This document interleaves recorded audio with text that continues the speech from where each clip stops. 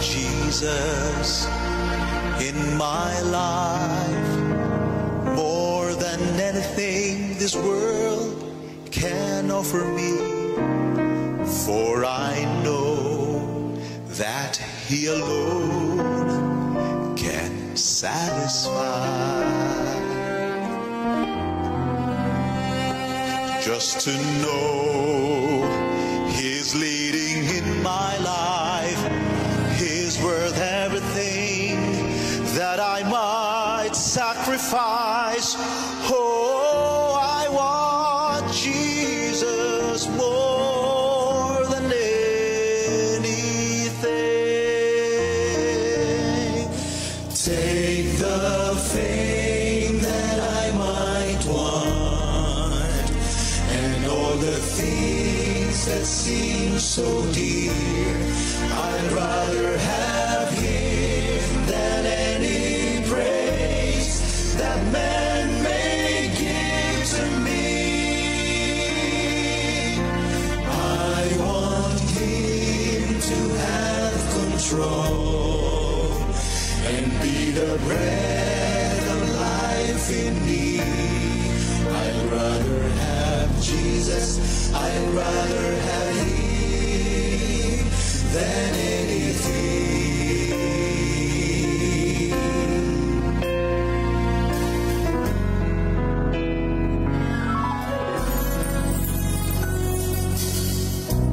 Some men try so hard to prove that God's not really real, while others say they know for sure His love you cannot feel. But I know He's real within my soul, for one day He cleansed and made me whole, and Jesus is still the answer for the longing deep in your soul.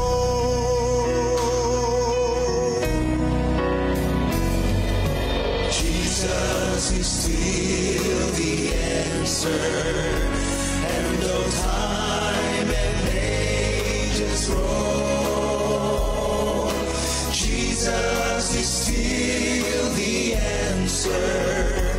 He's the answer for your soul.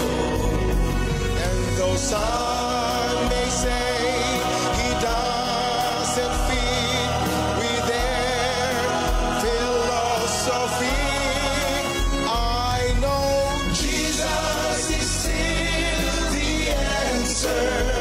He's always been and always will be.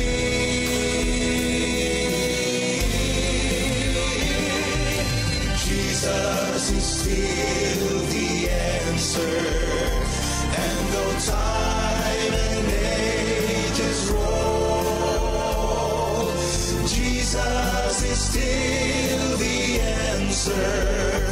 He's the answer for your soul. And though some may say He doesn't fit with their philosophy, I know Jesus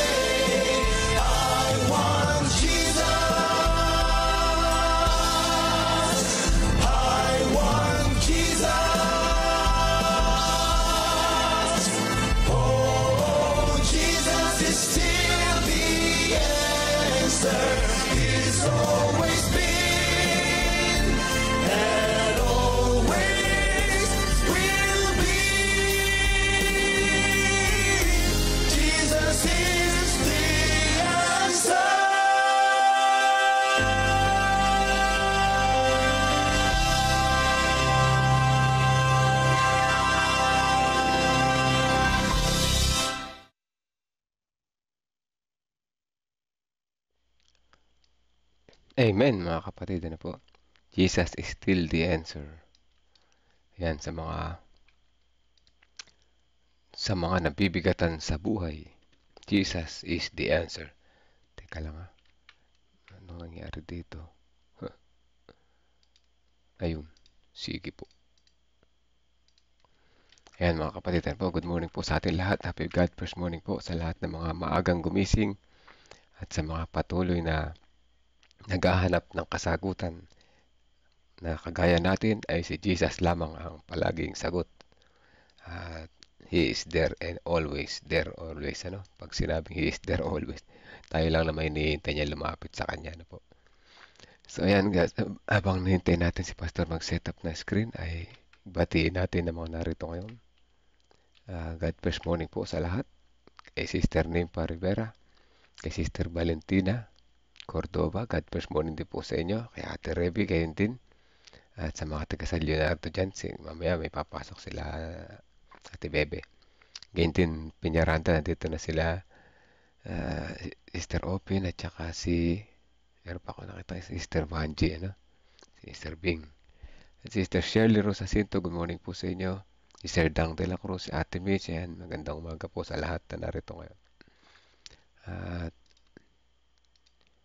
ayan, ako po. Ay, nag-chat pala si Pastor. Hindi ko nabasa. Ayan po, sige po. Ngayon ay araw ng Martes, April 1, mga kapatid. Ano po? April 1, ang bilis ng panahon. Nasa ano si Pastor? Malamang baka hindi makapagbukas ng video si Pastor. No? Pastor, okay na po kayo? Kaya ba ng signal niyo yung video? Teka lang, ayusin ko lang yung camera ko. Gallery, multi-speaker. Ayan, wala. Sige po mga kapatid, ipagka-load natin kay Pastor ang pagkakataon. Pastor, kayo na po. Good morning po. Good morning po mga kapatid. Happy God first morning po sa inyo pong lahat. Magandang isang pagpapala ang galing po sa ating Panginoong Diyos. Kamusta na po kayong lahat? Nawa ay nasa mabuti po kayong kalagayan sa mga oras na ito. Baka ating balibutan. Yan pa rin po yung aklat ng ating pong devotional. Ngayon pong unang araw ng buwan ng Abril. Ano naman ang tungkol sa kamatayan? Part 2. Tayo po ay manalangin. Panginoong Diyos na nagmamahal sa amin, kami patuloy na sumasamba sa inyo. At kayo po ang aming tagapagligtas. Salamat Panginoon sa pagising niyo po sa amin. At sa umaga na to, aming inilalapit ang aming pong pag-aaral. Gabay niyo po kami. At aming pong maintindihan paano nagsimula yung pong aral ng doktrina ng kamatayan. Salamat Panginoon sa pag-ibig niyo po sa amin, sa patuloy na pagdinig ng aming dalangin, sa banal na pangalan ni Jesus. Amen. So sangayon po dito sa pinaka-key-text natin, ganito po ang matatagpuan po natin. Romans 6:23, sapagkat ang kabayaran ng kasalanan ay kamatayan, ngunit ang kaloob ng Diyos na walang bayad ay buhay na walang hanggan kay Kristo Jesus na Panginoon natin. Yung pong kabayaran ng kasalanan, kamatayan. Pero yung buhay na walang hanggan, kaloob ng Panginoong Jesucristo. Dahil sa mga pakikipagpunyagi ng Batang Ellen sa mga tradisyonal na turo tungkol sa impyerno, ay hindi katakataka na sa kanyang pagtanda ay isusulat niya na higit pa sa kapangyarihan ng isip ng tao na sukatin ng kasamaang nagawa sa pamamagitan ng kasinungalingan ng walang hanggang paghihirap. Ang relihiyon ng Biblia, puno ng pagmamahal at kabutihan at sagana sa habag, ay pinadilim ng pamahiin at binihisan ng takot. So dito po mga kapatid ko, no, yung relihiyon ng Biblia. Ibig sabihin ng relihiyon ng Biblia, ang Diyos mismo ang nagtatag dito. At sa Biblia mismo yung doktrina. Pero ano daw po ang nangyari? Ang kaaway ay nanlila, hinaluan yung pong aral ng Diyos, yung turo ng Biblia, tungkol sa mga pamahiin at mga nakakatakot ng mga sabi-sabi. Ang mga nakapaghingilabot na pananaw tungkol sa Diyos na kumalat sa buong mundo mula sa mga turo ng pulpito ay gumawa ng libo-libo o milyon-milyon mga skeptiko at mga hindi mananampalataya. Kaya, ibig sabihin mga kapatid, mga nagturo sa pulpito na yung patay ay hindi patay. Na dapat na yung iba buhay pa daw na gumagala. Yun ang kanilang paniniwala. At nagturo na ang mga patay ay dumidiretso na sa langit. Kaya tuloy yung langit hindi na naging good news, naging bad news na kasi yung langit puntahan ng mga patay. No? Hindi ganoon ang sabi ng Biblia dahil ang langit ay hindi puntahan ng mga patay, kundi puntahan ng mga buhay. Walang patay na pupunta ng langit. Yan po ang pakatatandaan natin mga kapatid. Pero yung turo ng maling doktrina, ang langit puntahan ng mga patay, maling-mali. No?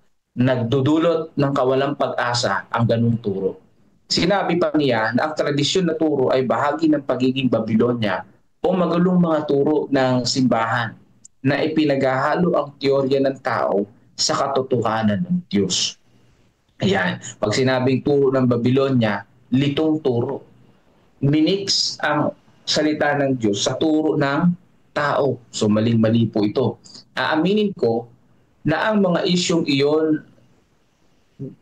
din ang bumabagabag sa akin. Kaya noong 1997, sumulat ako, sabi ni Mrs. White, ng isang artikulo para sa Science of the Times na pinamagatang The Infinite Hitler. Ayan, Infinite Hitler. Ang pangunahing idea ay kung totoo ang tradisyonal na turo ng simbahan, ay magiging mukhang mabuti sina Hitler at Stalin. Bakit? Pag pinatay mo nga, didiretso ng langit agad-agad, di ba? Magiging mabuti nga naman si Hitler at Stalin. Total, kalaunan ay namatay ang kanilang mga biktima, samantalang maaring ihawin ng Diyos ang sa kanya sa matinding pagdurusa sa buong walang katapusang panahon ng walang hanggan. Marahil ay nakita ng iba ang lohika ng artikulo mula nang matanggap nito ang Award of Merit mula sa Associated Church Press noong June 1998. Diba? Yung palang sulat ni Mrs. White ay nakamit ng Award of Merit. So hindi po ganun ang Panginoong Diyos na pinaglilingkuran natin. Wala pong susunugin ng walang hanggang kaparusahan na hindi mamamatay. Yung po susunugin. Mamamatay po yung susunugin mga kapatid. At kapag namatay na, hindi na po susunugin yun. Dahil patay na, naging abo na. Ang tanging may buhay na walang hanggan lamang, yung mananampalataya. Kaya si Satanas at yung mga tagasunod niya, walang buhay na walang hanggan yan. Pag sinunog yan at naging abo na sila, titigil na yung pagsunog sa kanila. Ang walang hanggang parusa doon, yung kamatayan. Pero yung parang piprituhin mo na habang buhay, hindi po mangyayari yun dahil hindi naman habang buhay yung buhay nila. Nawain na unawaan natin mga kapatid ko. Yan po yung ipinaliwanag ni Mrs. White. Siyempre, alam ko na marami pang iba ang sumasang-ayon.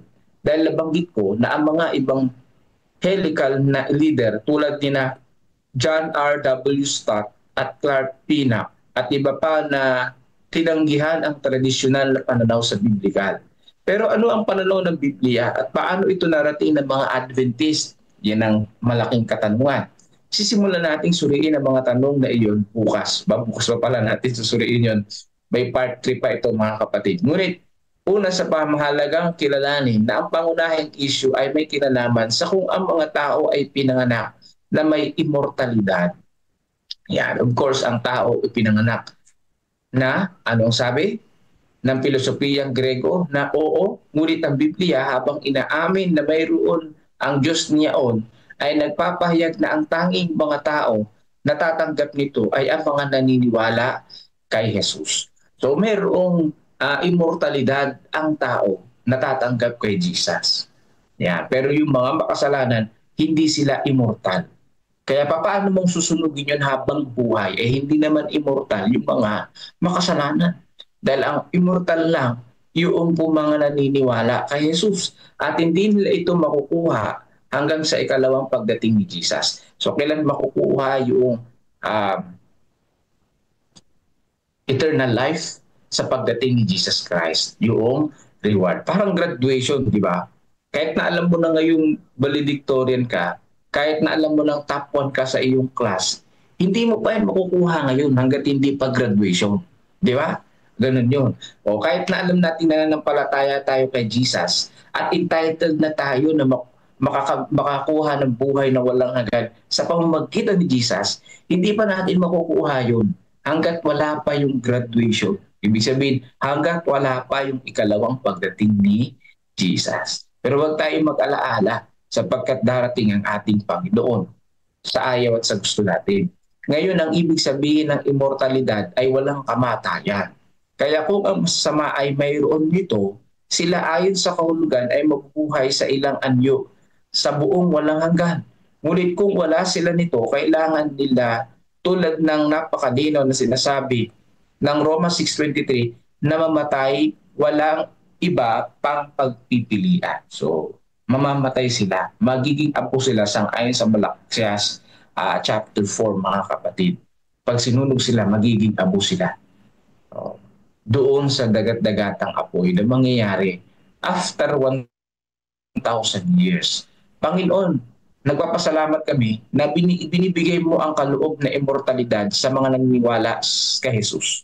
At nagpapasalamat din kami na ang kasalanan at mga makasalanan ay hindi immortal. Kasi po kung immortal yung makasalanan, ay gagawa lang sila ng gagawa ng kasamaan habang buhay. Si Satanas ay lagi lamang manggugulo. Pero ang ating Panginoong Diyos ay napakabuti. Ang Panginoong Diyos ay banal. Ayaw niya na habang buhay kasama natin ang mga makasalanan. Kasama natin si Satanas. Ayaw ng Panginoong Diyos yun. May isang araw na darating na tatapusin na ng Panginoon ang kasamaan, ang kasalanan. Finally, buburahin niya ang lahat ng ito at bibigyan tayo ng buhay na walang hanggan. Kaya po, anuman ang pagsubok, mga kapatid, anuman ang pinagdaraanan natin ngayon, lagi lamang po tayong magtiwala sa Panginoon, manghawak sa kanyang pangako, huwag tayong bibitaw, kahit marami tayong naririnig sa iba, kahit na parang nakakatampo na ang naririnig natin sa ibang kapatid, huwag tayong manglulupaypay, huwag tayong manghihina, magpatuloy lang bang tayo sa gawain ng Panginoong Diyos. Ang Diyos ay magbibigay ng reward sa bawat isa sa atin. So muli po, magandang umaga po sa inyong lahat. So, Melgs. Amen. Salamat po, Pastor Ren. Yan ang ating magandang lesson ngayon. Ba't pag ganito yung aking screen? Sandali po. Ayan. Kahit ako nabiktima ako nito, Pastor, dati. Mabata pa ako. Ang akala ko ay ang impyerno ay walang hanggang pagkasunog. Walang hanggang kaparusahan. Para rin tayong immortal nun. Immortal kahit nasusunog, di namamatay, di ba? Kaya lang, immortal, kaya lang, hindi naman walang hanggang buhay, kundi walang hanggang parusa. Sabi sa lesson, kapag ganito daw ang Diyos, ay mas malupit pa siya sa mga diktador na leader, So, hindi ganun ang Diyos, kundi ang mga sumunod kay Jesus ay natumanggap ng libreng buhay na walang hanggan, ay magkakaroon ng buhay na walang hanggan, kasama si Jesus. Pero yung mga hindi naman tumanggap sa kanya, yung mga bad, ayan, sila ay mamamatay at tuluyan ng mawawala, Hindi yung habang panahon na masusunog, Wala daw pong ganun, At yung langit ay hindi puntahan ng mga patay, mga kapatid. Kaya mas gugustuhin ko na doon na sa buhay na walang hanggan na tinanggap natin, I-claim natin yan, Although tinanggap na natin ng libre, kailangan na lang natin puntahan. Kasi hindi naman basta binigay sa'yo, nandun ka na agad, diba? Sige po. Tayo muna mag-pray, mga kapatid, bago tayo lumipat sa kabila. Let's pray. Amang banal na makapangyarihan sa lahat, salamat sa kaliwanagan sa lesson na ito, na kayo ay Diyos tunay na Diyos ng pag-ibig, na ang iyong walang hanggang pagmamahal ay nagpapatuloy hanggang sa huli ng mga kapanahunan. Ngunit mas gusto namin piliin kayo versus sa kaaway. Tulungan po kami ng Holy Spirit palagi na maging matalino kami sa pagpili sa lahat ng aming mga gagawin, iisipin at pagdidesisyonan. Salamat sa mga lesson na ito na nagpapakilala sa amin, papakilala sa inyo ng lubusan sa amin bilang Diyos ng pag-ibig. Ito po kami dalangin sa pangalan ni Jesus. Amen. Lipat tayo sa kabila mga kapatid. Huwag kayong munang uuwi. Sabi nga huwag kayong uuwi. Meron pa tayong AY. Sabi pag Sabat, ano po. Masakit ang ulo ko mga kapatid. Hindi ko alam kung bakit. Super pain ang nararanasan ko ngayon. Sama niyo ako sa panalangin mga kapatid. Nasa na yung ba't nawala? Ayan. Ayan.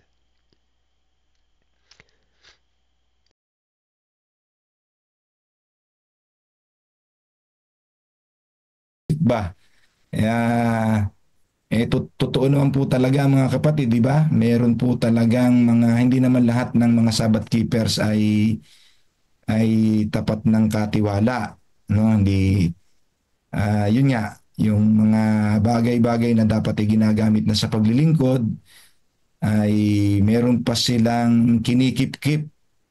Sa English po ay hoarding, tinatago. Kaya hanggang sa panahon na ayun na ang pinakamasakit doon, yung second line. Yung second line, Pastor Gio, ay medyo medyo mahirap na sitwasyon dumating sa atin to.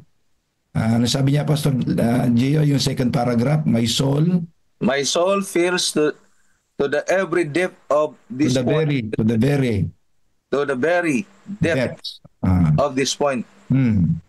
Well, the men of men sleep on until it is too late. So, baka huli na ang lahat.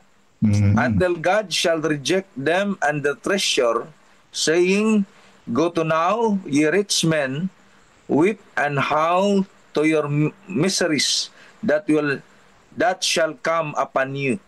Your riches are corrupted, and your garments are moth-eaten. Your gold and silver is cankered, and the rust of them shall be a witness against you. What a revelation will be made in the day of God, when hoarded treasures and wages kept back by proud cry against their possessors, who were professedly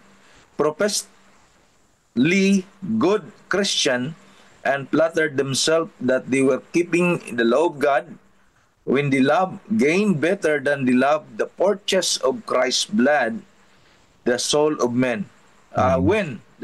Matindi to, when the love gained better than the love, the purchase of Christ's blood, than the soul of men. Yeah, so yun po yung sinasabi niya sa unang linya, Pastor. Doon sa unang paragraph na ang naging Diyos na nila ay ang kanilang mga treasures. Yung kayamanan nila. Mga tinatangkilik.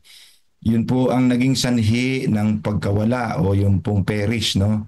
Nag-perish po dahil the love to material things on earth, yung pong riches, treasures, wealth, ay supersedes, lumagpas pa po ang pag-ibig nila sa mga bagay na nasa lupa kaysa Diyos na nagbigay ng sa Diyos. Dapat ang pag-ibig sa Diyos ay palaging una, siya ang naghihigit kaysa mga bagay na material sa lupa. Yun po ang, mga kapatid, magiging issue ng kaligtasan natin. Hindi po tayo maililigtas ng ating mga pagbibigay. Hindi tayo maililigtas ng behavior natin ng pagtatides at pag-offerings. Hindi po yan nakapagliligtas. Yung pong relasyon natin sa Diyos ang magiging sukatan ng ating pong pagpunta sa eternity with Jesus. Kaya kapag ang relasyon natin ay masigit pa sa mga bagay na material kaysa Diyos, talaga mapapahamak. Napapahamak tayo hindi tayo nagbigay. Mapapahamak dahil yung pag-ibig natin ay hindi nakaukol sa Diyos. Yun po ang dahilan ng pagkapahamak. Ang pagtatides at pag-offering ay hindi makapagliligtas. Ang hindi pagtatithe at hindi pag-offering ay hindi magiging dahilan ng ating pagkapahamak. Ang magiging dahilan ng pagkaligtas ay dahil ginawa natin na pangunahin sa buhay natin ang Diyos. Siya ang tiwala natin ay sa Kanyang higit, hindi sa kayamanan. Kaya yung mga taong mapapahamak sa huling panahon ay mahahayag sapagkat higit nilang mahal ang mga bagay na kayamanan na hindi nila mapawalan para sa paglilingkod sa Diyos, gamitin sa gawain na iniatang ng Diyos, kaya sila ay mapapahamak. Kaya po yung sinasabi dito sa ating lesson na ninanakawan natin ng Diyos ng rightful service. Yan. Nananakawan natin ng Diyos ng karapat-dapat na paglilingkod sa Kanya gamit itong mga means na ito, yung mga kakayanang material natin na paglingkuran ng Diyos. Di nga ba, Pastor Mark, di ba, mayroong talata sa Biblia na sa huling panahon, doon sa 1 Peter ata yun, ay pupugnawi ng Diyos ang lahat ng elementong nasa lupa, ng mainit na apoy. At ang apoy na iyon ay ipampupugnaw sa mga bagay na material sa lupa. Tama ba ako, Pastor Mark? Yes po. Yun, yung nakasulat yun sa, maliwanag yun sa aklat ni Pedro. At ang lahat ng uri, lahat ng elemento, ibig sabihin, walang matigas na bagay, walang lahat malulusaw sa pamamagitan ng matinding init. Yun pong apoy na yun ay inilaan, hindi po para sa mga mahal ng Diyos. Sa atin po, sa tao, hindi po yun inilaan para sa tao. Inilaan po yun sa mga bagay na nagiging sanhi ng pagkahiwalay natin sa Diyos. Yun po, para ho yun kay Satanas, sa mga anghel, at sa mga ginagamit ng kaaway para tayo tuksuhing ilayo sa Diyos. Pupugnawin lahat yun ng apoy na inilaan ng Diyos. Walang ginto, walang pilak na hindi matutunaw, katibay, lahat ng seguridad ng tao ay pupugnawin sa araw na yon. Lamang mga kapatid, ang nakalulungkot, doon sa mga bagay na pupugnawin, ang puso natin ay nangunguyapit. Yun ang pinakamatinding, ewan ko ba mga kapatid, mga Sabbath keepers, believing that Jesus is coming soon, pero nakakuyapit sa mga bagay na isang araw ay susunugin ng Diyos. Ayaw gamitin sa paglilingkod ang mga means na ito. Hanggang sa isang araw ay masasabi ng Panginoon sa iyo na, pero huli na po ang lahat. Yun po yung sinasabi ni Sister White. Ngayon lang po natin yung kailangan mga kapatid. Ngayon lang, dito lang po sa lupa, tayo makagagamit niyan. Pagdating na po ng panahon na sinasabi ho sa Biblia na, sabi ng ganon, hindi makabibili, ni makapagbibili, hindi na ho natin kakailanganin doon. Kasi sa araw na yon, may pera tayo at wala. Mangangaral na po tayong lahat. Ngayon pong kaya pa natin gamitin yan at palaguin pa ang teritoryo ng Diyos, palawakin pa ang teritoryo ng Diyos, yung paghaharian ng Diyos sa lupa, sa puso ng mga tao, tanggapin nila si Jesus, ngayon po natin yan pwedeng gamitin. Pagyamanin na po natin ngayon ang misyon ng Diyos kasi darating ang araw, it's too late na magdesisyon po na gamitin na po yan sa gawain ng Panginoon para maglingkod sa Panginoon. Salamat po. Baka meron na tayong mga reflections dyan, mga kapatid. Gusto. Ang reflection ko doon ay tao po sinabi niya na hindi na yung pera yung magiging dahilan para isulong ang gawain. Kasi the Bible stated na yung Pentecost, yung unang ulan, ay naganap. Actually, nakonquer yung buong mundo, ilan lang sila. Pero buong mundo ay nasaturate dahil natanggap nila yung kapangyarihan. Unang ulan. Gayon din, ang sabi nga ni Ellen White, mas kailangan natin, higit na kailangan. Ngayon, sa huling panahon, the latter end. Kaya hindi talaga ang material na bagay yung tatapos sa gawain ng Panginoon. Hindi yung pagbibigay. Kundi kapag possess tayo ng Banal na Spirit, ay yun yung kaparaanan ng langit para matapos ang gawain ng Panginoon.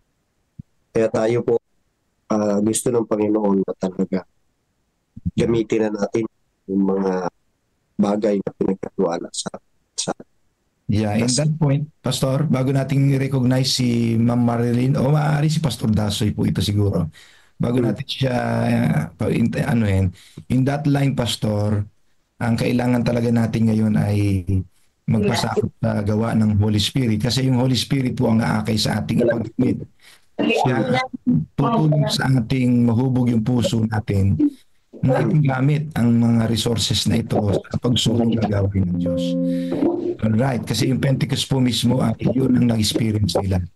Na kaya nilang i-sell out lahat at ipinamahala sa mga disipulo para ipangaral po ang Ebanghelyo, no? Sa panahon ng mga early Christian church. Salamat po, Pastor Dasoy.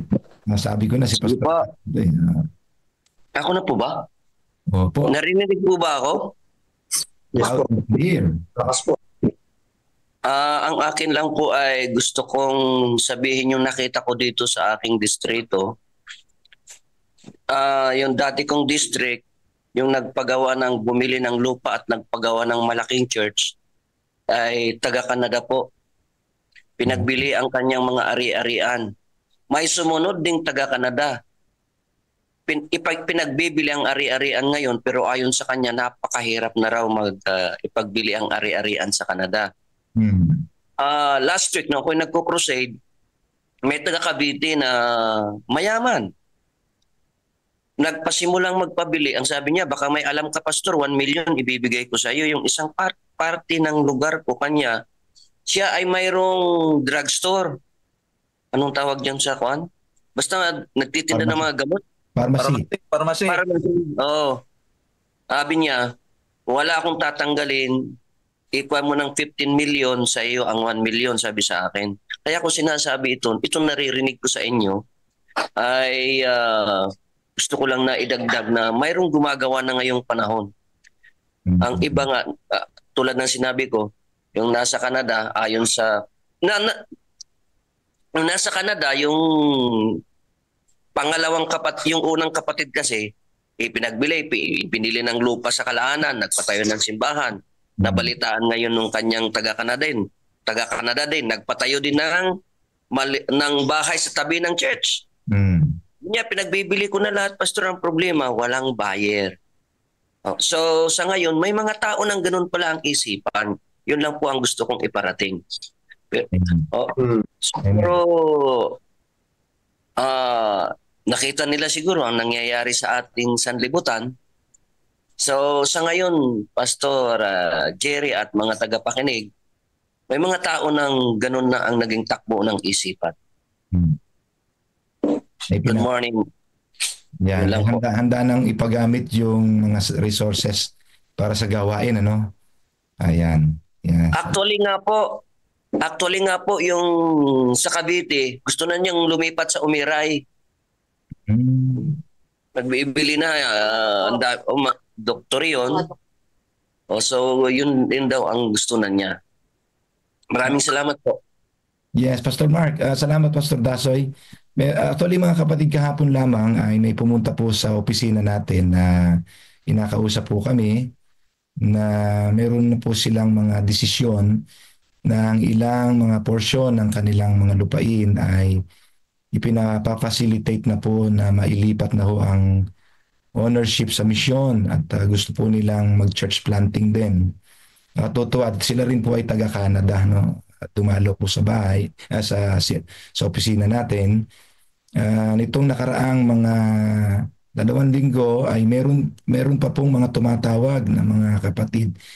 At palagay ko, mga kapatid, ay yayaman talaga itong mission na ito para matupad natin ang ating pangarap na tayo na po ang mga magiging sending missionaries.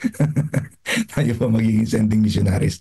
Pag na-facilitate natin ng maayos itong mga kaloob ng mga kapatid para sa Panginoon at sa gawain, palagay ko po ay mangyayari po talaga ito, Pastor Mark, na hindi na tayo manghihingi, tayo na po talaga magbibigay sa mga mahihirap na ibang misyon. Praise the Lord. Praise the Lord. Amen. Baka meron po tayo mga mababasa dyan, Pastor, na laban dyan mga comments. Pastor Jerry, good morning po. Sa Facebook po, meron po. Sige po, pakibasa nga, Brother Edmond. Can you please, Apo. Sinte? Thank you po. Basahin po natin ang mga nag-comment po sa Facebook, Central Luzon Provinces Mission Facebook. Sabi po ni Sister Imelda Diego, Happy God First Morning everyone. Amen po, Pastor Jerry. Ang Panginoon ang siyang maging sentro ng ating buhay. Ang kabayaran ng kasalanan ay kamatayan. Ang Panginoon ay malapit na, ang kanyang pagdating, tayo pa huwag nang magpatumpik-tumpik pa. Tayo ay magkaroon ng maalab na relasyon sa ating Panginoon. Anumang po ang dumating na mga pagsubok sa ating, madali mo itang mapagtatagumpayan sa tulong ng Panginoong Hesus. Ang buhay na walang hanggan ay ating makakamtan kung tayo lamang ay mag-focus sa gawain ng ating Panginoon. Kapag kasama mo ang Panginoon sa ating buhay, madali po ang lahat sa Kanya. Ito ang gagaling sa lahat sa Kanya. Ang ating buhay, ang ating mga tinatangkilik, tayo ay katiwala lamang. Kaya ito ay ating pangalagaan. Kaya tayo ay maging masunuri na tapat na mabuting katiwala sa lahat ng oras. Dapat po tayo mismo ang unang maging masigasig sa gawain. Siya ang nagbibigay ng mga biyaya at pagpapala sa araw-araw ng buhay. Kaya dapat po tayo naman ay magkaroon ng pagkakaisa at pagkakasundo sa mga gawain ng Panginoon na maglingkod ng may kasiyahan at kagalakan sa ating puso, sa ating mga kapwa. Ipahayag ang kabutihan ng ating Panginoong Hesus. Lamang tayo makakatagpo ng kapayapaan at panibagong pag-asa sa ating buhay. Ang tanging kaligtasan ay sa piling ng ating Panginoon lamang kung ating siyang papapasukin sa ating puso. God loves us. God is good all the time. All the time God is good. God will provide to all our needs. God bless us all. Maraming salamat po, Sister Imelda Diego. Amen po. Gayun din si Sister Sharon Bayona. Sabi po niya. Gusto ko yan. Gusto ko yung point niya na yan. Nakuha niya. Sabi po ni Sister Sharon, if we don't trust God, we don't give tithes and offerings and don't possess Christ's character. I like that. Simple lang po yun, no? Yung kanyang relation sa Panginoon. Si Sister Sharon Bayona ay naintindihan na po niya yung relationship between tithes and offerings. Napakaganda ng theology. Alright. Si Sister Loli. Meron pa po, Pastor. Busin ko lang po yun sa Facebook. Sabi po ni Sister Neriza Erilia Francisco, tama po mga kapatid at pastors, parang nagagamit na alibay ang pagiging maunawain ng Panginoon sa di pagtatapat at inuuna ang gawain sa sanlibutan. Yeah. Salamat po.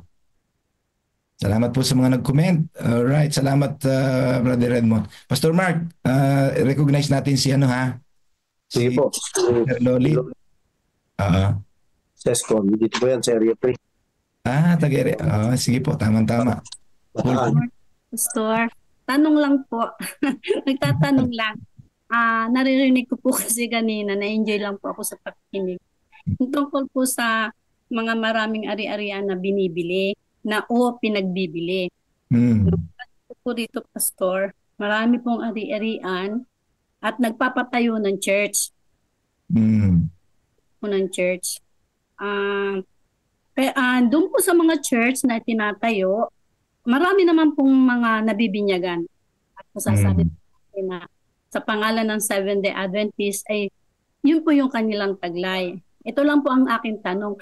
Paano naman po yung mga lupa po na itinatayo, tapos Seventh-day Adventist Church, pero ayaw po nilang isurrender sa, sabihin po natin na ngayon ay CLPM. Paano naman po yun? Para lang po sa akin concern kasi yung mga kapatid po kasi, hindi na, sila po ay Seventh-day Adventist, yung kanila pong tithes and offering ay napupunta naman po sa CLPM. Ang tanong ko lang po, paano naman po yung church na hindi po isinusurrender o hindi po ibinibigay sa CLPM? Paano naman po yung pastor? Pero napakarami na pong church na ganun. Ilan ang tanong ko. Pansamantala po, Sister Loli, pasalamatan na po natin ng mga kapatid na yan ay pansamantala, ay ganyan po ang kanilang nagiging desisyon, no? Kasi sila naman po talaga nagpuposes niyan. Let us thank them na hindi pa po kasi siguro nila maaaring may mga issues behind, no? May mga issues behind na maaari pong pinananagumpayan pa. Hindi po natin alam kung ano po ang mga dahilan kung bakit ayaw pa pong ipamahala yung property sa administration, no? Baka meron pong mga dapat lang hong ayusin, no? May dapat lang pong ayusin.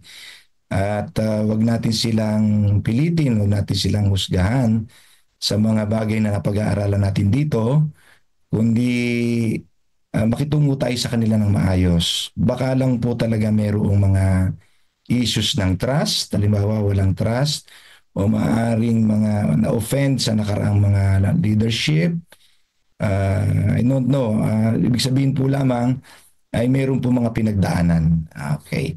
So, itayin po natin yung tamang panahon. Maaaring magagamot din po yan siguro until such time ay paabot na po yung ganong sitwasyon. So, hopefully, ay hindi po tayo kapusin ng panahon sa gagawin nilang mga desisyon. Okay, so let us just enjoy kung ano man po yung kanilang ipinapagamit sa ating mga kapatid para makip ang mga bagong kaanib. Salamat po. Magagawa natin dyan ay panalangin. Amen. Amen.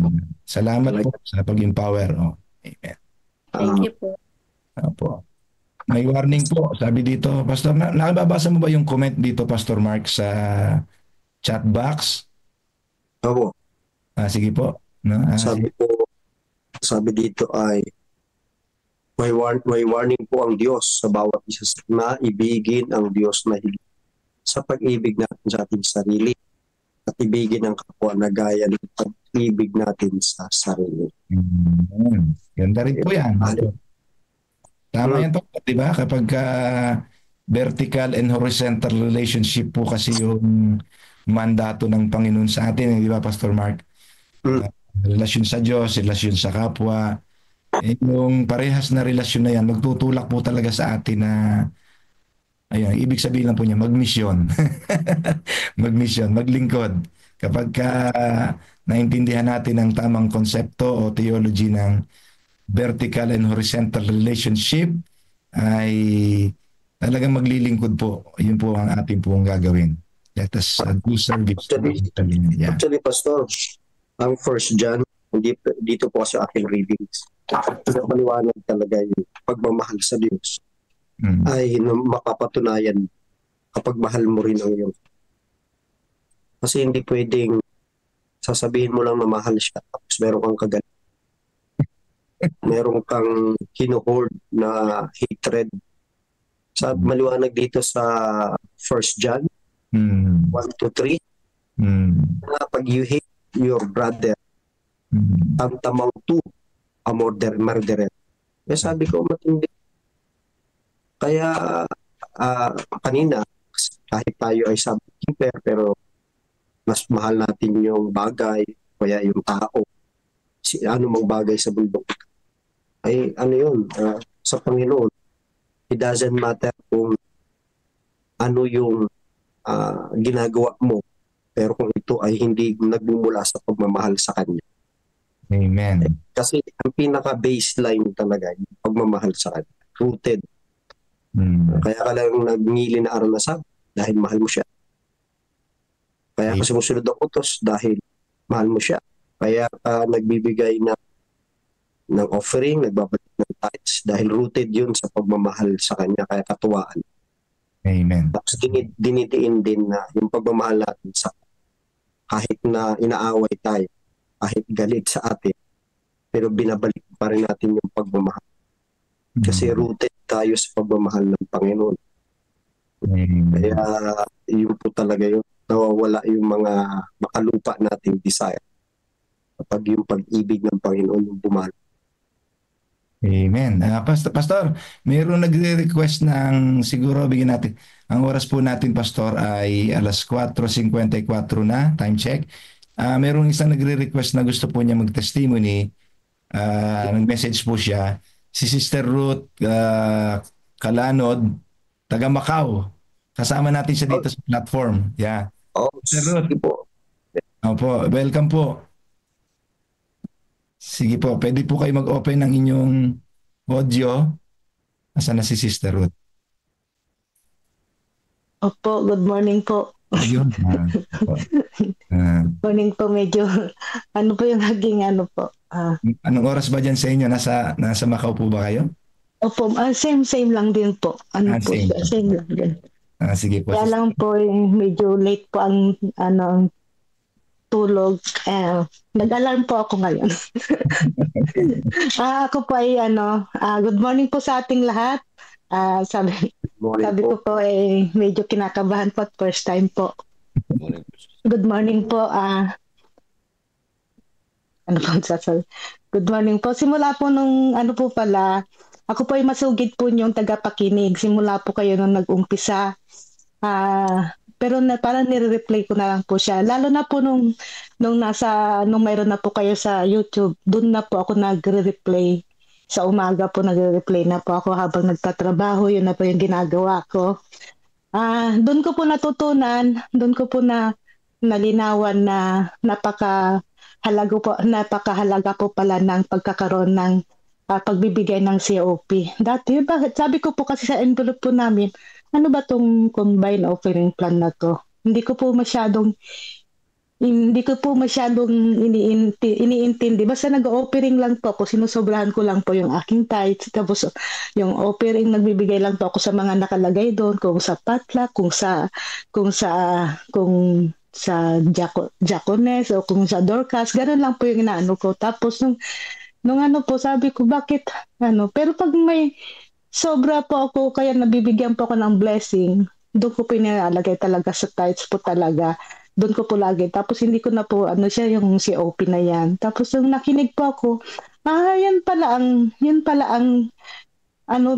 kagandahan ng COP pala. Sabi na 10% mod pala. Ang ito pala yun, kung magbibigay ka sa tithes, mayroon ka rin pala sa COP. Tapos sabi ko po, doon sa aming treasurer, sabi ko po, ate, sabi ko po ngayon, sabi niya, ang ganda pala ng COP kasi napakinggan ko sa na ganito pala, sabi niya ganyan. Sabi ko, bakit hindi mo pinopromote? Syempre, sabi ko ganyan, na hindi pa rin naman natin maintindihan yung iba. Syempre, kung sino lang nakakaintindi, siya na lang yung sabi niya.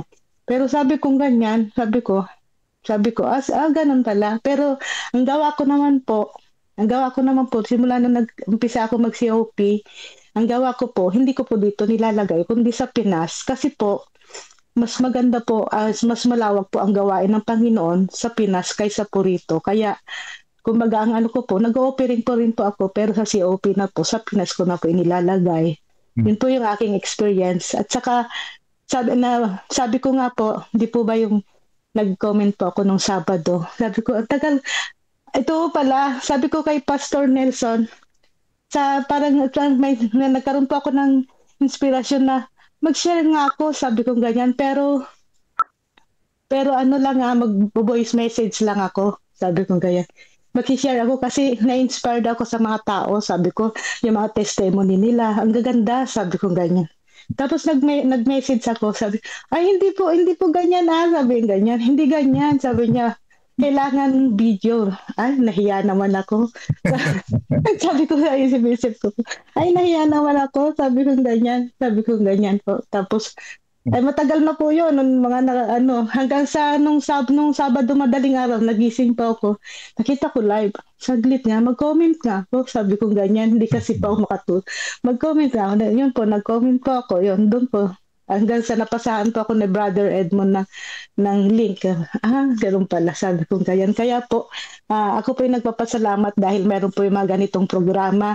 Dahil kung hindi po ito, dahil sa katulad namin mga OFW, kung hindi po yung mga programang ito, yung mga programa ng ating mga gawain sa Panginoon, lagi po ito, lagi na lang po nakatutok yung tainga ko sa sa Hope Channel, kundi Hope Channel, ito po, kundi yung mga marami pong mga programa na galing dyan sa Pinas po na aking pinakikinggan na pinakikinggan doon na lang po kasi pag hindi po tayo nakatuon doon, minsan kahit na labis ay minsan po palagi tayong nakikinig, minsan sa salita ng Diyos. Yung parang sablay pa rin po tayo pero andyan po na nagpapaalala ang banal na espiritu para tayo ay magiging malakas din po ulit. Ganon. Makikita po natin yung ating mga kamalian. Ganon po. Tsaka yung po palang na-inspired po ako kay Brother Melvin na yung tipong sabi po niya na yung kahit maraming mga pinagdadaanan, kahit maraming obligasyon sa buhay, pero hindi pa rin po niya nakakalimutan yung kanyang tithes and offering, ganyan po ba. Doon pa ako na-inspire, sabi ko ganyan. Ang galing naman ni Brother Melvin sa minsan nga po ma-invite ko po si Brother Melvin na magsalita sa midweek po namin kasi Zoom po siya yung Merkules at Friday po, puro kami Zoom din po. Yes, ganun po. Tapos yung si Ate Net, si Sister Net, yung pagbabas preacher nila. Alam niyo po, gustong-gusto po namin yan. Dito nga po, nagbibigay kami ng mga ganyan po, yung mga babasahin. Pero dito, ang hirap pong mag-mission kasi kasi minsan tinatanggihan ng mga kasi karamihan po rito ay walang paniniwala sa Diyos. Ganun po, napakahirap po mag-mission dito. Bihira na lang po ang mga kwan po rito. Kaya, pag nagbibigay po kami, parang okay lang, ganyan po. Ganyan din po kami rito, marami pong kaming mga gawain din po rito. Yun lang po at magandang umaga po. Salamat po. Amen. Salamat po, Sister Ruth. Alright. Pwede po bang gusto po bang mag-response kay Sister Ruth? Praise the Lord. Yeah. Amen. Amen. Thank you po, Sister Ruth. Thank you. Amen. Ayan. God bless you po sa inyong ministry dyan. Di ko madali ang buhay dyan sa inyo, sa mga nasa OFW. Dumadami na tayo, Brother Edmond. Salamat sa pag-recruit mo. Thank you, Sister Ruth. Ayan. Alright. Sige, time check tayo, Pastor. 5:02. Pwede pa tayong bumasa siguro hanggang 5 sa mga comments natin. Brother Edmond, paki-assist kami sa live streaming kung susubaybayan po natin. Pastor Mark, meron ditong mga ilang ipinasa si Brother Melvin. Kung nababasa mo, pakibasa na natin to, tapusin natin yung 2 comment na mahaba. Yeah. Ito po, from Leonora. Apo. Sabi po dito ay, Amen po, Pastor. Tulad na nangyayari ito mangyayaring lindol ngayon na sumisira ng mga sasakyan, mga business at building structures, pati mga lupain at malalaking bahay at lupa-ari. Bago pa sirain ng lindol at kalamidad ay handog na natin ang lahat sa gawain ng Panginoon. Tulad ng sinabi ng Panginoon sa mayamang lalaki na ibenta ang kanyang mga lupain para sa mamamayang mahihirap.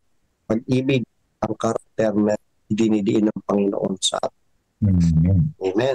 Sabi pa dito ni Rovelyn Padilla, nakikita ko po na ang nangyari po ngayon ay ang Panginoon ang gumagawa. Parang sabi dito, parang ang nangyari po sa akin, ang Panginoon po mismo ang gumawa para magpagawa ako ng bahay sa tabi ng church para may gamitin po siguro ng ating mga gawa. Salamat po sa Panginoon sa nangyari ngayon sa buhay ko. Nawa ang buo kong pamilya ay sumama din po sa aking pananampalataya. Amen. Amen. Pastor Jerry, Pastor Mark, meron po sa Adventist Mission. Yes. Sign ko lang po. Si Brother Ben Corpus. Sabi po niya, Happy God First Morning mga kapatid. Sa ganda po ng mga reflection at kung talagang gagawa ang bawat isa sa dami ng mga tinatangkilik at yaman ng marami nating mga kapatid, sa loob ng taong ito ng 2025 ay photo finish na agad ang gusali ng CLPM. Magkaroon lang ng totoong commitment ang bawat isa. Amen. Salamat po, Amen. Brother Ben. Yan po ay isa sa mga sponsor natin. Brother Edmond, masugid po natin taga-suporta yan sa school at sa iba't ibang mga gawain dito sa CLPM at sa CLC po. Malawak po ang kanyang puso sa gawain. Kaya hindi ho siya pinababayaan ng Panginoon sa kanyang mga harvest. Salamat po, Brother Ben, sa iyong comment. Yeah, meron pa po ba? Tawag po natin sa kanya si Kuya Ben. Meron pa na mga comments? Kung wala na po, ay atin na po, Pastor, i-wrap up ang ating pong discussion. Andiyan si Pastor Gio. Pastor Gio, nandiyan pa ba? Yes, Pastor Iswa. Yeah, kindly read the last paragraph nung ating binasa kahapon, Robbing God of Rightful Service. Ito po yung wrap up ng lahat ng panawagan ni Sister White sa ating panahon ngayon. Now is the time. Okay. Sa huling yung ating now is the time for all to work. What will many answer in the day of God when He inquires, what have you done for me? You give me my riches, my honor, my command, and my life to save you from ruin. And do nothings. You will be speechless in that day. They will see the sin of their neglect. They have robbed God of the service of a lifetime. They have not influenced any for good. They have not brought one soul to Jesus. They felt content to do nothing for the Master, and they meet no reward by eternal loss. They perish with the wicked, although they profess to be followers of Christ. Amen. Nabigat yan, mga kapatid. Sana po ay yan po ang maiwan sa puso't isipan natin. Ano man po ang mga taglay nating ipinagkatiwala ng Diyos, kakayanan sa atin ay gamitin natin ang buong pagsisikap na ito po'y ating mai-contribute sa nagtatapos na gawain ng Diyos. Amen. Amen. Let us have the heart for mission. Magkaroon po tayo ng malaking puso sa misyon ng Diyos because Jesus is the Lord of mission. Ang mga mahal ni Jesus, yun po ang mahalin natin para tayo ay maging handa sa pagbabalik ng ating Panginoon. Amen. Si Pastor Gio po ang speaker ngayon. Pakinggan po muna natin ating pong Pastor Mark, pwede mo bang paki-organize muna yung mga sunod-sunod na programa after ni Pastor Gio para mahanda na po ng mga kapatid yung kanilang part?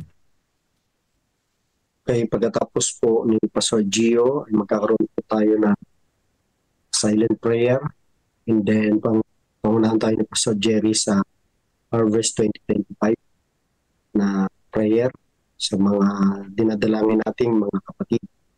At pagkatapos po ay magkakaroon tayo ng adoration and confession na pangunahan po tayo ng ating kapatid na si Sister Lolit Siscon. Si Lolit, kayo po ang sa adoration and confession. Ako na naman po ang sa thanksgiving and supplication. Yun po. And then, closing song, closing prayer po ni Pastor G.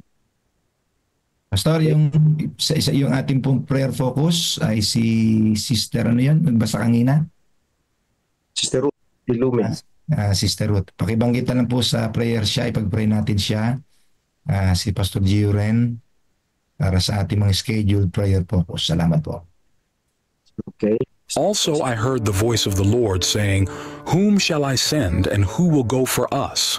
Then I said, Here am I, send me." Wilhelm Stein Jr. was a son of German immigrants. He was born in Campinas, Brazil, on November 13, 1871. At 17, he proved to be a worthy young man, dedicated to his studies and with a promising career at the Krahenbuhl Metallurgical Workshop in Piracicaba, Brazil. He married Maria Krahenbuhl, the daughter of one of the founders of the Krahenbuhl Metallurgical Plant. The new couple decided to stay in that area, which promised much prosperity. That prosperity attracted Adventist colporteurs A.B. Stauffer and Albert Bachmeier to sell Adventist books in German. One of these books, The Great Controversy, reached Stein's hands, and he read it with great interest. Wilhelm Stein Jr. accepted the truths presented in that book. His personal life now followed a new rhythm that included a weekly break on Sabbath.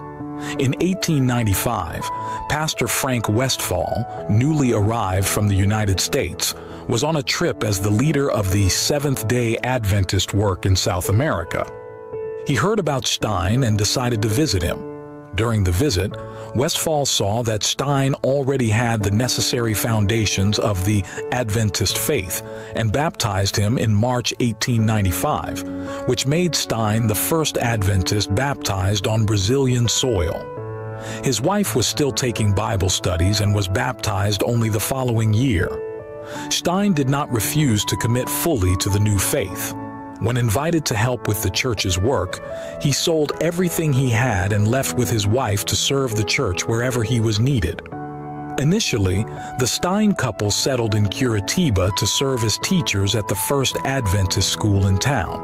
Then they moved to Santa Catarina to open another school. Stein was also the editor of the first Adventist magazine in Portuguese, O Arauto da Verdade, The Truth Herald. The Steins left behind a thriving business to advance the cause of God. Thanks to their willingness to start over, many people were able to start a new life with God. The Lord may also be inviting you to leave all behind and serve Him. But Ellen G. White says, "Not all are called to personal labor in foreign fields, but all can do something by their prayers and their gifts to aid the missionary work." By regularly giving your promise offerings to support global mission outreaches, you also participate in God's final work for this world, changing people's lives for eternity. You may ask God right now to be an instrument in His hands, even if you aren't called to work in foreign lands. May we put our desires last and God first. Amen. Yes, Pastor Gio. Amen. Okay. Mga kapatid, ang ating pong topiko sa umagang ito ay continue sa ating book, Counsels on Stewardship. Sa chapter 26 pa rin po tayo. Ang pamagat po nito, mga kapatid, ay The Great Sin of Professed Christian. Aki pong na-translate sa Tagalog, ito po yung ang malaking kasalanan ng aking Kristiyano. Bawat tao sa anumang hanapbuhay o propesyon ay dapat gawin ang layunin ng Diyos na kanyang unang interes. Hindi lamang niya dapat gamitin ang kanyang mga talento upang isulong ang gawain ng Panginoon, ngunit dapat niyang linangin ang kanyang kakayahan sa layuning ito. Maraming tao ang naglalaan ng mga buwan at taon sa pagkuha ng isang trabaho o propesyon upang siya ay maging matagumpay na manggagawa sa mundo. Ngunit hindi siya gumagawa ng espesyal na pagsisikap na linangin ang mga talentong iyon na magbibigay sa kanya ng isang matagumpay na manggagawa sa ubasan ng Panginoon. Binaluktot niya ang kanyang kapangyarihan, ginamit sa maling paraan ang kanyang mga talento, nagpakita siya ng kawalang galang sa kaniyang makalangit na Panginoon. Ito ang malaking kasalanan na nag-aangking bayan ng Diyos. Pinaglilingkuran nila ang kanilang sarili at pinaglilingkuran ang mundo. Maaring mayroon silang pangalan ng magiging matalino, matagumpay sa mga finances, ngunit hindi nila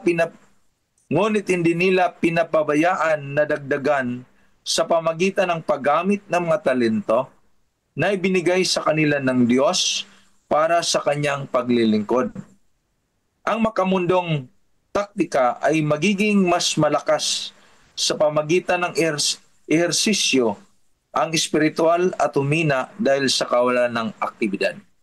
So ito po yung reading natin, mga kapatid, na ang bawat tao daw sa anumang hanapbuhay o profesyon ay dapat nating gawin ang layunin ay unahin ang layunin, ang interest ng Panginoon. So ano bang interest ng Diyos? ay yung gawain sa paglilingkod na magbibigay sa atin ng papuri sa Panginoon, na anumang ating ginagawa, lahat ng ating trabaho, kung hindi dahil sa Panginoon, ay hindi tayo nagkaroon ng pagpapala. Pero ang dapat pala, ang priority pala natin sa buhay, mga kapatid, ay yung interest ng Panginoon sa buhay natin habang nabubuhay tayo sa lupang ito. Amen. Amen. Amen. Okay. Thank you, Pastor Gio. Parang nabitin kami, ha? Nabitin ba kayo? Sige, Pastor, mayroon akong ginawang ano dito, isang summary dito na mayroong 3 punto na kailangan nating intindihin, mga kapatid, na baka masali po tayo dito. Una, ang pagbababaya sa gawain ng Diyos. Maraming Kristiyano ang masigasig sa pagpapalago ng kanilang kakayanan para sa sariling pakinabangan. Tandaan po natin, ha? Marami ng mga Kristiyano ang masigasig sa pagpapalago ng kanilang kakayanan para sa sariling pakinabangan. Magandang trabaho, mataas na kita o katanyagan. Subalit kapag ang usapin ay paglilingkod sa Diyos, tila wala silang panahon o lakas na maibigay. Ang ating oras, talento at lakas ay ginagamit sa mundo, hindi sa gawain ng Panginoon. Ano ang ginagawa mo? Mayroong tanong, ano ang ginagawa mo upang lumago sa paglilingkod sa Diyos? Baka abala tayo sa mundo, ngunit tamad tayo sa ministeryo. Ito yung tanong na iwan na kailangan nating pagnilay-nilayin. Pangalawang punto, ang paglilingkod sa sarili sa mundo. Ito ang kasalanan ng dalawang Panginoon. Ang paglilingkod sa Diyos at paglilingkod sa sarili. Maraming Kristiyano ang nagsasabing sila'y anak ng Diyos, ngunit ang kanilang desisyon sa buhay ay batay sa pansariling kagustuhan, hindi sa kalooban ng Diyos.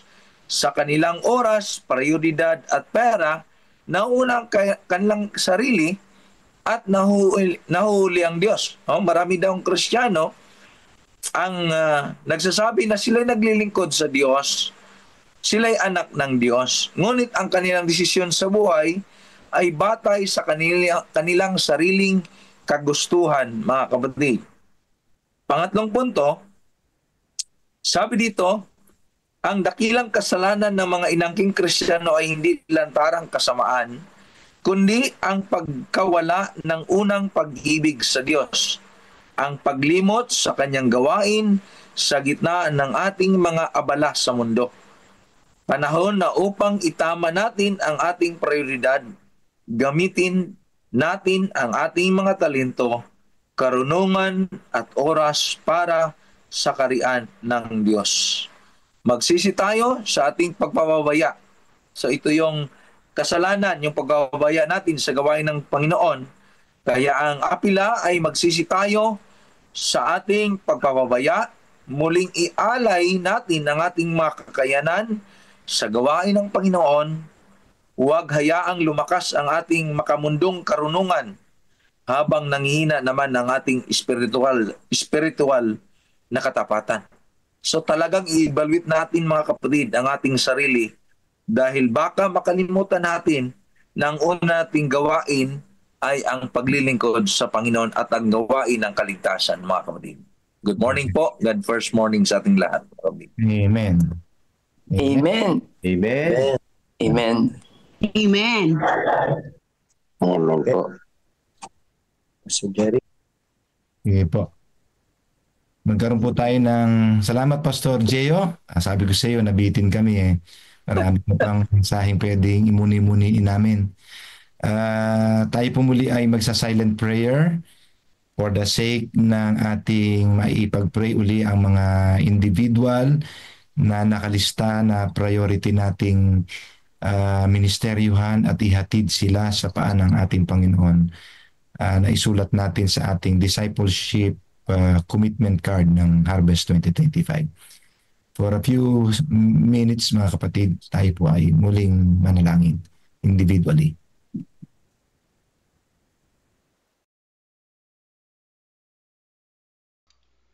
Amen mga kapatid. Ano po? Ayan. Nabitin daw sabi ni Pastor. So, kasi yun naman kasi topic talaga ay napakaigsi lamang. Sabi nga ay madaling unawain, ngunit mahirap sundin.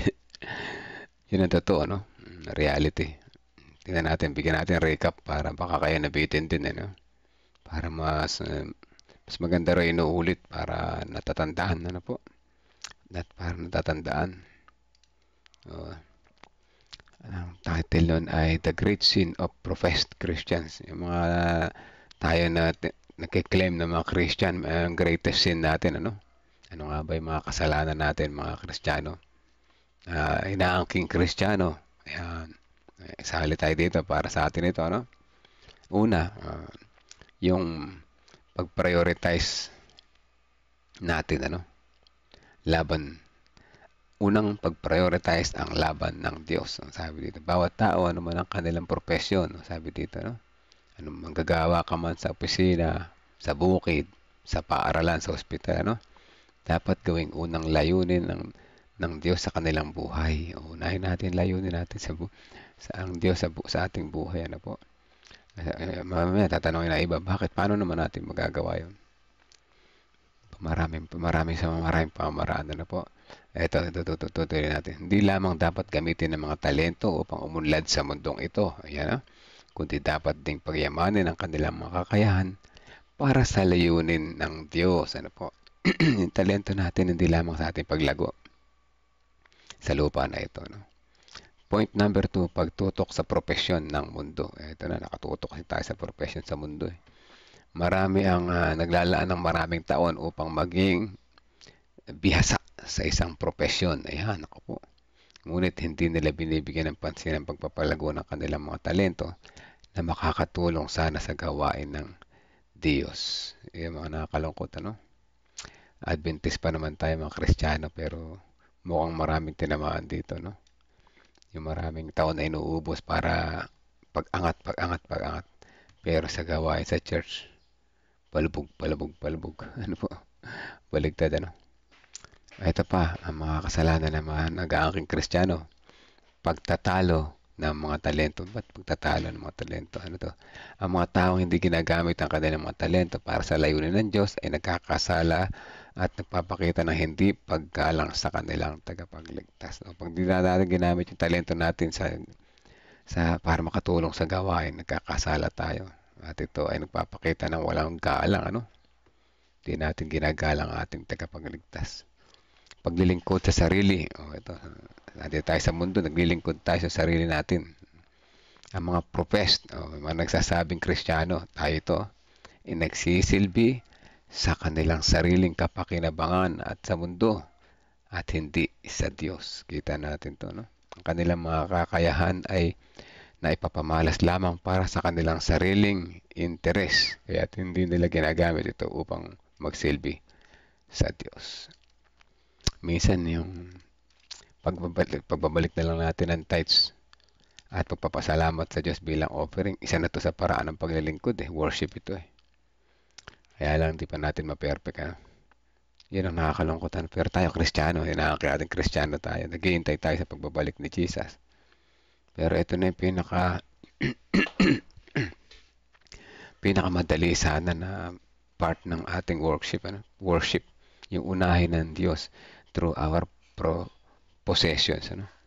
Pero ito rin yung pinakamahirap dahil ngayon sa ating pagiging makasarili. Po? So ito pa, number 5, pagkabalanse ng kakayahan. Sa pagtutok sa mundo, kaya kasanayan sa mga bagay ng mundo na ito ay patuloy na lumalakas. Lumalakas yung kasanayan natin, yung mga training natin sa mundo, po? Mga ating kalaman, lumalakas yan. Pero yung kasanayan sa spiritual na gawain, humihina dahil sa hindi paggamit nito. Kita niyo po. So yan ang ating mga greatest sins ng ating mga tao na inaangkin natin na tayo ay Kristiyano. Pero ang priority natin ay yung sarili at yung mundo. Hindi yung mga gusto ni Kristo. Po? So yan ay yung ating lesson na ito na nagpapakita ng isang malupit na pagninilay ukol sa mga ating tungkulin bilang mga Kristiyano. Yan po. Marami tayong tungkulin din natin nalalaman. Ano? Ayon dito, mahalaga na unahin natin ang gawain ng Diyos at gamitin ang ating mga talento para sa kanyang layunin. Kaysa sa makalimutan ito at mag-focus lamang sa mga bagay ng mundo. Ang pagpapabaya sa ating mga espiritual na kakayahan ay isang seryosong kasalanan. Ulitin ko ang pagpapabaya sa ating espiritual na kakayahan ay isang seryosong kasalanan at hindi pagpapakita ng paggalang sa Diyos. Ano po? Marami kasi sa atin na parang nalilito. Ayan, nalilito. No? Kahit ako dati, ano ba? Sabi ko, paano ako makakatulong sa gawain? Ano ba yung kaya kong gawin? Ano po? Ano ba yung kaya kong gawin? Ano ba yung, ala akong alam dyan. Magbahay-bahay, hindi ako magaling dyan. Hindi ako marunong dyan. Mag-sermon, hindi ako magaling dyan. Ano pang may tutulong ko? Ano po? Kaya kung minsan, ang mga tao ay, pag may gawain, hindi nalang dadalo kasi takot mabigyan ng part. Ano po? So, mga kapatid, huwag tayong matakot. Hindi tatawagin ng Panginoon yung expert. Ang gusto niyang tawagan yung mga kagaya natin na hindi marunong. Pero tayo willing lumapit sa Kanya. Yan ang gusto niya, yung willing. Ano po? Yung willing. So, ayan, dahil medyo sa madalas kong pananalangin, doon ako napunta sa prayer warriors. Ano po? Kaya tayo dito ay mga prayer warriors. Kaya siguro, hindi man ako marunong mag-sermon. Magaling naman akong manalangin. Marunong naman ako manalangin. Huwag sabihin magaling, mayabang ang dating natin. Ano? Marunong naman tayo lumapit sa Panginoon. At ako, nagpapasalamat din ako. No? Alam ko na-realize ko sa buhay ko mga nakakaraan, mga 10 years past na. No? Na ako ay mayroon talent ng natatag ito, yung convincing power. Nakakapag-convince ako ng tao. Minsan-minsan, hindi naman lagi. Ano? At ako'y nagugulat, na-inspire. Kita nyo, dyan sa GFM, nagugulat na lang ako na marami pa lang na-inspire. Meron pa lang mga na-inspire sa akin. Huwag sabihin marami, baka dalawa lang, tapos sabihin ko madami. Anyway, more than one, marami na yun, di ba? So, may mga na-inspire pala sa mga sineshare ko. Ano po? So, paano na lang kung di ko share yun, di ba? Ang pag-share ng karanasan sa Panginoon, isa na po itong talento na maaaring magamit para sa layunin ng Diyos. Praise the Lord, meron na ako isa, mga kapatid. Ano? May isa na ako na nagawa na talento, hindi ko man alam, talento pala. Sinare ko lang naman na aking experience at ang aking katapatan sa Panginoon. Na-inspire sila at gusto na rin nila maging tapat sa Panginoon, di ba? So, ganun, mga kapatid, ano? Minsan din natin alam kung ano bang magagawa natin sa gawain. Pero nandiyan yung Diyos, tutulungan niya tayo. Lumapit lamang tayo sa Kanya. Sarap nga awitin yung lumapit sa Kanya, no? Ibigay buong sarili, puso't kaluluwa, di ba? Huwag na maghintay pa. Ngayon mo ito gawin, mga kapatid, ano? Sapagkat di mo alam, di mo batid kung anong dala ng bukas. Kaya para sa'yo, ibigay mo ng puso mo sa Panginoon. So, yan, ang ganda na kanta na yun. So, yan, nagpe-pray na sila sa kabila, mag-pray na rin tayo. Silent prayer muna. Tandaan natin ang ating mga talento. Marami tayong pwedeng gawin para sa gawain. Palagi natin isipin si Jesus, mga kapatid. Dahil siya yung ating kasangga sa lahat ng mga problema sa buhay, sa ating mga successful. At nais ko pong batiin ng happy birthday si Ma'am Nora Acusio Caviedes. Munti ko pong makalimutan na nabasa ko ito kanina. No? Happy birthday po, Ma'am Nora, at sasama namin kayo sa panalangin. Patuloy nating ipasalamat ang lahat ng meron tayo sa Panginoon. Silent prayer po muna, 30 seconds, and then tutuloy ko po. Let's pray po, mga kapatid.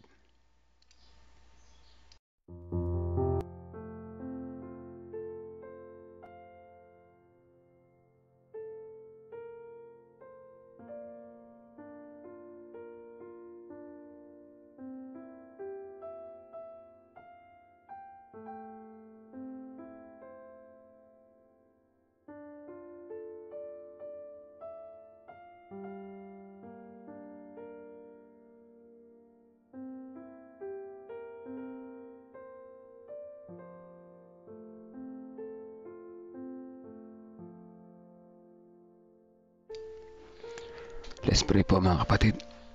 Amang banal na makapangyarihan sa lahat. Sa umaga na ito ay patuloy ang aming pasalamat. Una dahil muli nyo kaming ginising. Panibagong buhay, panibagong lakas, panibagong pagsubok, panibagong pag-asa na nagmumula po sa inyo. Na naunahan na sa aming mga pagpapaalala sa amin sa paggamit ng aming mga talento sa inyong layunin at sa mga katulong sa inyong pagtatapos ng gawain. Meron kaming mga talento na hindi namin nalalaman. Ngunit willing kami na tumulong sa gawain, kaya bukas niyo po ang aming mga isipan na kami ay mas lalang mga lumakas ng aming interes na makatulong sa gawain upang sa ganon ay kami mga professor Christian o mga na kinikilala namin na kami mga Kristiyano ay magawa pa na namin ang aming tungkulin bilang isang Kristiyano o dakilang Diyos. Salamat sa mga pagpapaalala na ito na kadalasan na hindi na namin nalalaman. Kami pala ay nakakatulog ng matagal at hindi namin alam ang nangyayari sa aming buhay. Salamat sa araw-araw na paggising sa amin mga kamalayan at nawa sa aming patuloy na paglago, pag-move on, patuloy na kami ay ang pag-ibig niyo aming maranasan. Makita namin ang inyong kabutihan, may balik namin ang tamang papuri sa inyo sa pamamagitan ng paggamit namin mga talento. Salamat po sa pag-ibig o Diyos. Ngayon din sa pagpapatuloy namin panalangin, narito ang aming mga kapatiran. Kami ay may mga kanya-kanyang prayer request ng aming mga pangalan na nalagay namin sa prayer cards, commitment cards, mga kamag-anak, mahal sa buhay, kaibigan, mga kasama sa gawain. Ay gusto namin ilapit sa inyo dakilang Diyos, ngunit ang Holy Spirit na humipo sa kanilang pang puso. Hindi namin sinasama sa panalangin mga kapatiran na kasama namin na nalangin ngayon. Unang-una si Ma'am Nora Cabiedes sa kanyang pasasalamat sa bagong araw at taon ng kanyang buhay. Salamat sa mga pagsubok na dumating sa buong mga taon na nagdaan, na patuloy nung sinamahan siya para maging matatag at malakas at makarating sa panahon na ito. Na patuloy na ang inyong pag-ibig ang kanyang nararanasan sa bawat umaga ng kanyang buhay.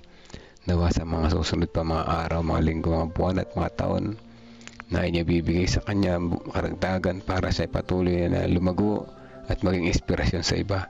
Patuloy niyong bigyan siya ng malusog na pangatawan at maging alimbawa sa kanyang pamilya, sa kanyang nasakupan, sa kanilang iglesia at sa kanilang komunidad. Maraming salamat sa mga karunungan na kanyang tinaglay at ito ay magamit lalong higit sa pagpapatuloy sa pagtatapos ng inyong gawain. Dalangin din namin ang mga kapatiran na kasama namin ngayon. May mga prayer request kami mga personal. Sama-sama namin ito sinahatid sa inyo. Hindi ng sambayan ni Ate Revi, kasama na ang San Leonardo Church, ang kanyang mga kapatiran doon, ang kanyang mga kamahal sa buhay, mga anak, manugang at mga apo ay makasama niya sa pagsamba. Dalangin din po namin si Ate Milen, kasama na Sister Angie, ang kanilang mga mahal sa buhay, ang buong pamilya. Kalusugan ng aming panalangin sa kanila, patuloy na matatag sa pananampalataya sa kabila ng mga pagsubok na dumarating sa kanilang buhay. At fast recovery at healing din kay Sister Angie. Hindi ng sambayan ni Sister Wilma, ang pasasalamat ng pamilya ni Makmak na siya ay nakalabas na sa ICU, ngunit patuloy na nasa room para magpalakas. At dakilang Diyos, nawa patuloy niyo iparamdam sa kanila ang inyong pagmamahal. Maunawaan ni Makmak na kayo nagpagaling sa kanya at naway sa kanyang muling pagbangon ay kayo ang kanyang uunahin sa bawat sandali at ng kanyang buhay. Dalangin din po namin ang sambayan ni Sister Gloria Balbido, kasama na yung kanyang mga panalangin para sa kanyang husband. At kaintin ang sambayan ni Sister Emelinda Judilla, ang sambayan ni Ma'am Pemi, si Ma'am Rachel sa kanyang fast healing and recovery. At kaintin ang sambayan ni Sister Nimpa Rivera, mga kapatid sa Tabacao, si Auntie Ching Manikis, ay patuloy na kagalingan. Dalangin namin para sa kanya. Si Sister Valentina Cordova, kanyang buong sambahayan, at kasama ang kanyang mga mahal sa buhay at ang kanilang mga prayer request. Ngayon din ang sambahayan ni Sister Josephine Mercado, kasama na ang Peñaranda Church. Ngayon din kasama sa mga leaders na nanguna sa kanila, ang kanilang gawain na araw-araw kalusugan ng kanilang pangkabuhayan. O dakilang Diyos, patuloy niyo po silang pagpalain. Kasama na rin namin si Ate Lorna, Kuya Bobby sa kanilang araw-araw na paghahanap buhay, ng kanilang kalusugan ay aming panalangin. Yung mga anak niya sa malayo, si Buboy, si Tintin, ay samahan din po sila sa araw-araw. Gayun din ang sambayan, Sister Sweetie, Sister Shirley, Sister Dang de la Cruz, at kasama ng kanilang buong mga pamilya, ang sambayan ni Ate Mitch at ang kanyang mister, at gayun din si Sister Evangeline Legaspi, Sister Elena Pablo, si Brother J. Cruz, kasama na ang kanyang mga mahal sa buhay, Kuya Melchor Canlas, Aurea Melehor, Sister Elizabeth Erese, Sister Janet Gatmaytang, Sister Teresita Ladia, Sister Teresita Dairet Reyes, kasama na rin si Ate Sally Sanchez, at lahat ng mga nakikinig sa background. Kasama namin na nalangin, hindi namin nabanggit. O dakilang Diyos, kami rin may mga pagsubok na pinagdaraanan sa buhay. Patuloy niyo po kaming samahan sa aming pagpapalago ng aming mga talento, paggamit sa inyo sa mga gawain. At kayo din na ako rin ay masama ang aking pakiramdam. Ako ay may masakit na ulo sa mga sandali na ito. Hipuin niyo po ako ng inyong mapagpagaling na kamay para mapagpatuloy ako sa gawain sa buong maghapon na ito. At ng komportable sa paggawa. Maraming salamat po, Ama, sa pagdinig sa aming mga panalangin. Patawad po kung saan nyo kami nasampung nagkulang at nagkasala. In Jesus' name I pray. Amen. Amen. Amen, mga kapatid. Ano po? Salamat sa mga prayer warriors. Salamat sa mga sumubaybay. Salamat sa nag-shares. Salamat at tayo salamat sa Panginoon at tayo natutong muli sa umaga na ito. Ano po? So ayan, ang oras ay 5:36 pa lamang. Iba madilim-dilim pa, pwede pa mag-stretch sa higaan. Iba naman maglakad-lakad na, takbo-takbo na. Ano po? Pero kung mamaya pa siguro pag may araw na. At ayokong i-skip yung araw na ito. Isang mahalaga yung liwanag ng sikat ng araw sa bawat umaga. Ayan, hanggang bukas po muli mga kapatid. God first morning po sa ating lahat. And God bless us all. Ano po?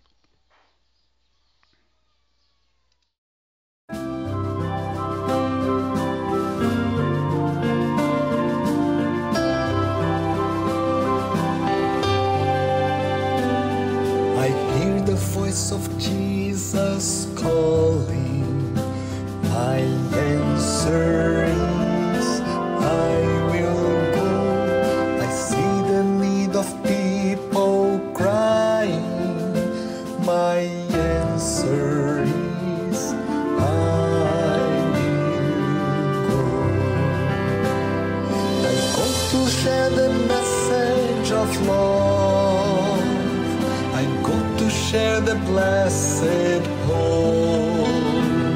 But if I get discouraged, I call to Jesus' help, because I have decided